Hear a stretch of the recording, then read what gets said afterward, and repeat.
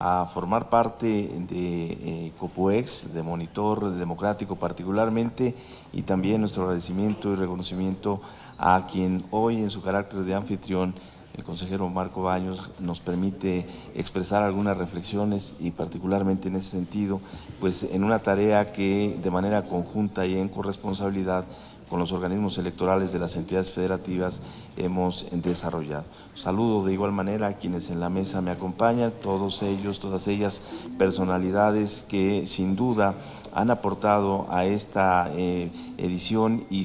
de igual manera al propio colegio todo tipo de aportaciones para efecto de alcanzar el objetivo que se tiene desde el propio colegio. También saludo a nuestros amigos, amigas, consejeras, consejeros, magistradas, magistrados, académicos y a nuestros amigos de los medios de comunicación que sin duda son una parte fundamental en esta tarea que desde lo electoral tenemos para generar justamente el objetivo de lo que el título de este libro tenía como propósito: legitimar la elección presidencial en 2018, una elección que sin duda, vista en los orígenes de quienes escribieron en cada uno de los ensayos y de quienes participamos en aquellas mesas de reflexión, veíamos como la elección más compleja, como una elección que tenía un propósito particularmente de establecer la transición del poder en nuestro país de manera ordenada y particularmente y fundamentalmente en paz. En aquellas mesas que se desarrollaron a lo largo de las entidades federativas y en la Ciudad de México, se observaba como un elemento de preocupación el hecho del desencanto con la democracia, no solamente en nuestro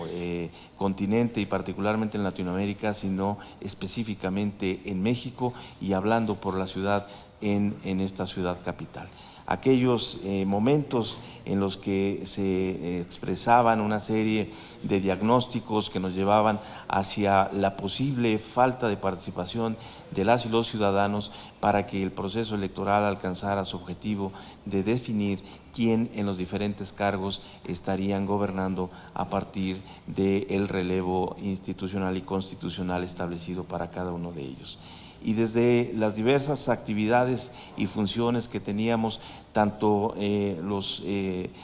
quienes participábamos desde los diferentes las diferentes instituciones, en el caso concreto el Instituto Electoral de la Ciudad de México, acudíamos a esas mesas y escuchábamos sin duda con preocupación los diagnósticos, y en ese contexto fue que se diseñaron muchas de las prácticas que se pusieron en operación, no solamente para alcanzar de manera íntegra la organización de los procesos electorales, que de manera corresponsable tenemos como responsabilidad el Instituto Nacional Electoral y los organismos electorales locales, sino para tomar acciones propias para acercar a la ciudadanía al proceso electoral mismo y de esa manera tener una participación directa. Y así, en aquellos momentos de un diagnóstico sin duda preocupante, surgió una estrategia nacional encabezada por el órgano nacional electoral, la denominada ENCívica, que establecía 3 ejes rectores fundamentales de su implementación: verdad, diálogo y exigencia. Y esta estrategia surge particularmente con el objetivo de que la ciudadanía tuviera una participación directa, no solamente el día de la elección, sino particularmente en otros aspectos de la democracia misma, que son el de tener una participación directa en la solución de los problemas, en la exigencia misma a quienes desde la función pública tenemos la responsabilidad de atender una serie de actividades consignadas en la norma. Y en razón de ello, las estrategias particulares de una institución como el Instituto Electoral de la Ciudad de México, que tenía, además de este reto de participar, una serie de elementos que, derivados de la primera constitución de la ciudad, imponían a llevar a cabo acciones para que la ciudadanía de esta capital conociera los nuevos cargos que enfrentaríamos y desde luego elegiríamos el 1 de julio, en aquel momento todavía lejano, y que sin duda imponían una serie de acciones encaminadas a informar a la ciudadanía.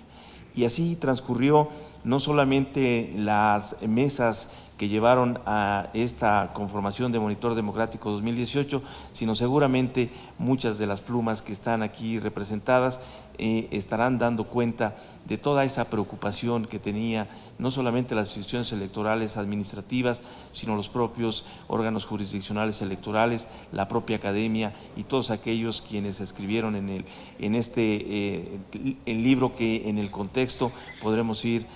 observando cuál era la situación y las posibles situaciones que se enfrentarían una vez llegado el momento de la elección. La actividad institucional, particularmente en la Ciudad de México, estuvo enfocada a cubrir muchos de los aspectos que aquí se señalan en el libro. La cultura cívica, incorporándonos a la encívica, a una estrategia nacional, como he señalado, y buscando de igual manera la transparencia absoluta de los procesos electorales que nos llevaron a tomar medidas que en otros procesos electorales no habían sido sin duda práctica común. Entre ellos, el hecho de hacer una transmisión a través de Internet de todas las sesiones de los consejos distritales para que la ciudadanía tuviera la oportunidad de observar cuáles eran las situaciones que ocurrían o cuáles son las actividades que ocurren después de cerrada la casilla y que llevan hacia la definición de los ganadores en cada uno de los cargos en la elección. La coacción jurídica, vinculada particularmente al ejercicio de las atribuciones que, derivado del indebido uso de recursos públicos o de algún tipo de señalamiento de presuntas irregularidades en el ejercicio de los derechos político-electorales, tenemos las autoridades electorales, tanto administrativas como jurisdiccionales, para que la integridad de las elecciones fuera el gran reto y sin duda el gran objetivo, la gran meta institucional. Hoy día, frente a los resultados del 1 de julio, podemos observar que muchas de las acciones que surgieron de aquellas mesas de reflexión implementadas por los organismos electorales tuvieron un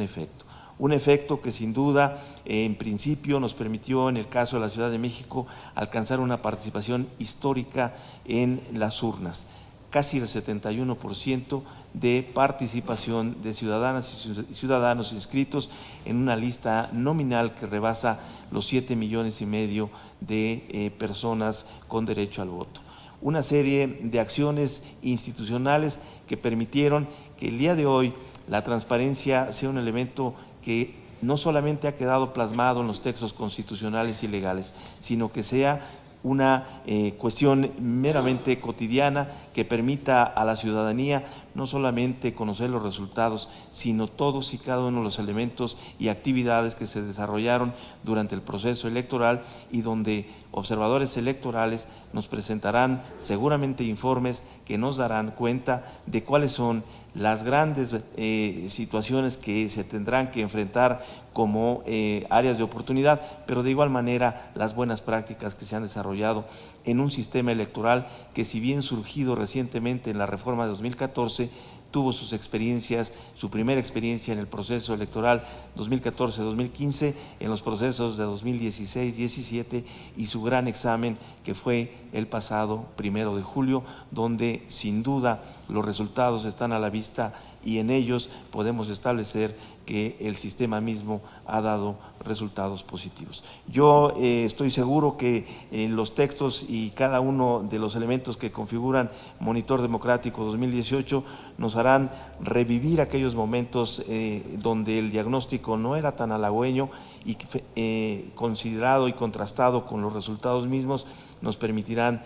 observar que la ciudadanía, particularmente el 1 de julio, nos dio una gran muestra del alto sentido cívico que se tiene y desde luego la responsabilidad ciudadana de acudir a la urna a emitir un sufragio para definir quién gobernará este país, las ciudades, en cada una de las entidades federativas que tuvimos elección del Ejecutivo local, y desde luego los órganos legislativos, que serán sin duda un elemento fundamental para